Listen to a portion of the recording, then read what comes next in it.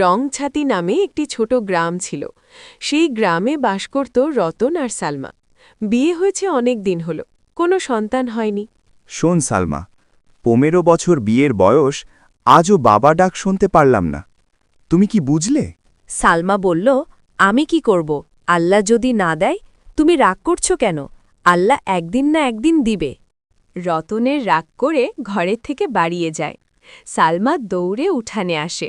উঠান থেকে তাকিয়ে থাকে রতনের দিকে। রতন চলে যাচ্ছে। রাত্রে বাড়ি ফিরে নাই রতন। সালমা অপেক্ষা করছে। পরের দিন সকালে রতনে বিয়ে করে নিয়ে আসে। সালমা বলে, আপনার সাথে এটা কে? আমি বিয়ে করে নিয়ে এসেছি। সালমা বলল, তুমি বিয়ে করবে, আমারে বলবা না? তোমাকে বলে বিয়ে করতে হবে কেন? তোমারে 15 বছর হয়েছে বিয়ে করেছি, তুমি তো আমারে তো বাচ্চার মুখ দেখাতে পারোনি। নতুন বউ বলল, তোমার আগের বউ থাকলে এ বাড়িতে, তাহলে আমি থাকব না। শুনছ কি বলেছে?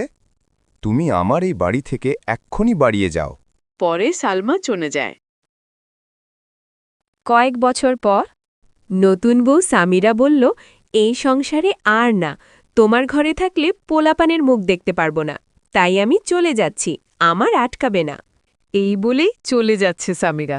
রতনে মনে মনে ভাবল, সালমার সাথে অনেক বড় অন্যায় করেছি। পরের দিন সকালে সালমাদের বাড়ি যান। তুমি এত বছর পরে কেন আইসো? তহাকে নিতে আইছি। আমি যাব না। আর কেন যাব?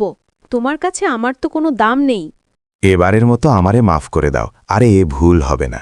সালমা বলল, ঠিক আছে, তোমার সাথে আমি যাব। এ কথা বলে রওনা দিল। কয়েক বছর পর সালমা বলল, আমি মা হতে চলেছি।